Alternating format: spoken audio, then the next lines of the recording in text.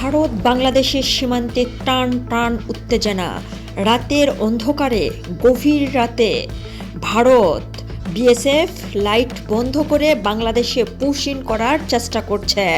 দর্শক, বিজিবির কড়া নিরাপত্তা দিয়ে তারা সেই সকল পুশ ইন ঠেকাইতে এবং সেখানকার স্থানীয় লোকজন একজোটে কাজ করছে। ভারত রাতের আধারে বসে লাইট অফ করে দিয়ে প্রতিনিয়ত বাংলাদেশে পুশ ইন চেষ্টা করছে।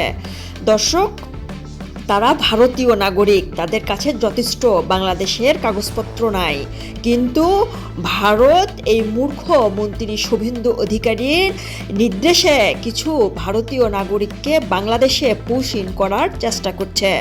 ইতিমধ্যে বিজিবি এবং স্থানীয় সীমান্ত এলাকার কিছু স্থানীয় লোকজনের কড়া নিরাপত্তার কারণে পুশ ইন ঠেকাইতে দিনরাত 24 ঘন্টা কঠোর পরিশ্রম করছে বিজিবির সাথে তারা।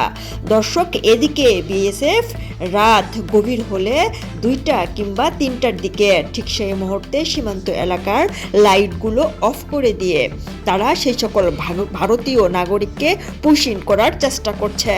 বিএসএফের দাবি, তারা যদি বাংলাদেশের নাগরিক হয় তাহলে ইন্টারন্যাশনাল যে ল আছে আইসিটি নিয়মেই বাংলাদেশে পাঠানো হোক, আমরা তাদেরকে নিয়ে নিব।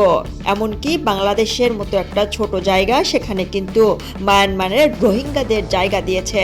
সেখানে তো নিজের দেশের লোক, সেখানে তো কোনো কথাই নেই। কিন্তু ভারতীয় নাগরিক যারা নিজেরাই বলছে আমরা ভারতীয় নাগরিক, কিন্তু আমাদের কাছে কাগজপত্র না থাকার কারণে আমাদেরকে এই মূর্খমন্ত্রী শুভেন্দু অধিকারী নির্দেশে আমাদেরকে পুশ ইন করার চেষ্টা করছে এবং 0 পয়েন্টে এসে রেখে দিয়েছে।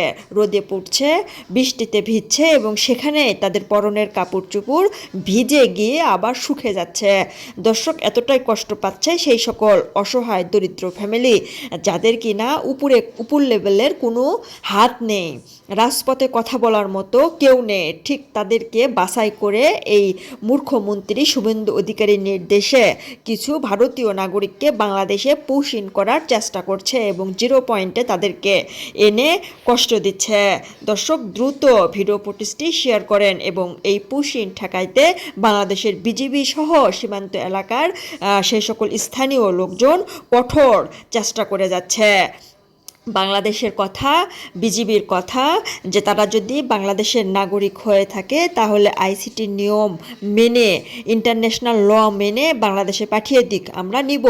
আমরা তো বারবার বলেই আসি, আমরা রোহিঙ্গা